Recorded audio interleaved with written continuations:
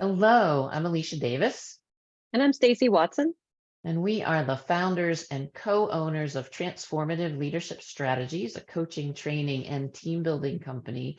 And we want to thank you so much for downloading our guide, Skyrocketing Your Confidence as a Leader. And we really wanted to create this guide and these videos because we know how important confidence is in leadership, don't we, Stacy? It's so true. I think confidence is one of those themes that comes up in so many different parts of the work we do with leaders, with teams.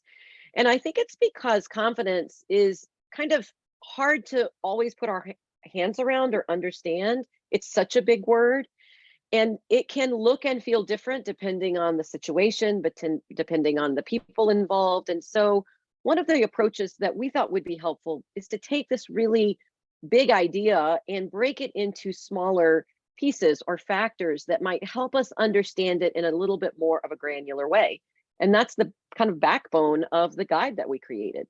That's exactly right. And so the confidence wheel, if you have looked at your guide, the confidence wheel is there. And today we're talking about the intellectual knowledge factor of confidence. And so, this factor is very much about learning, right? It's Mm. right, Stacy. It's about learning and gathering information and once we have information, then how do we apply it?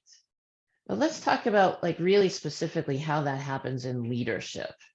You want to share with us a way that that might show up? Yes, for sure. Often we'll be working with leaders who have been recently promoted, moved into a new role.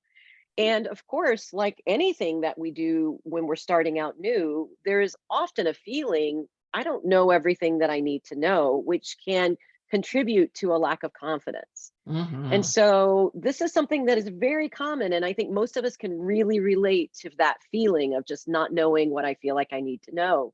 And so often it's as simple as just becoming a bit more clear on what are the basic things that I do need to know and what is an action plan I can put into place to begin to learn that. No one will generally expect that you know everything day one.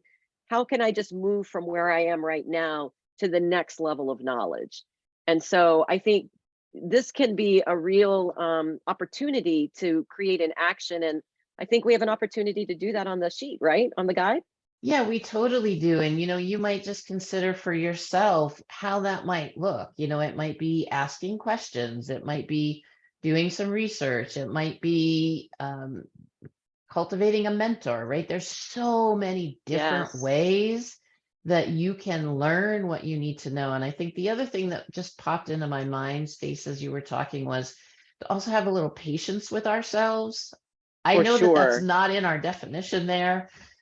And I think it's just really worth mentioning because as leaders, we're often so wanting to just keep pushing forward and, doing all the things. And so a little patience for yourself. And so as you at the end of your guide, there is a table where once you can rate yourself or self-assess on that 0 to 10 scale, 1 to 10, one being I don't really feel like I know what I need to know, and 10 is yeah, I know it really well.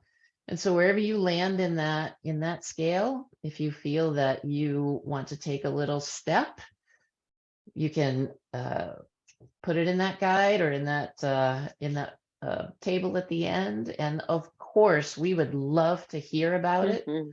So email us info@tlstransforms.com. And thank you so much for listening. Thank you.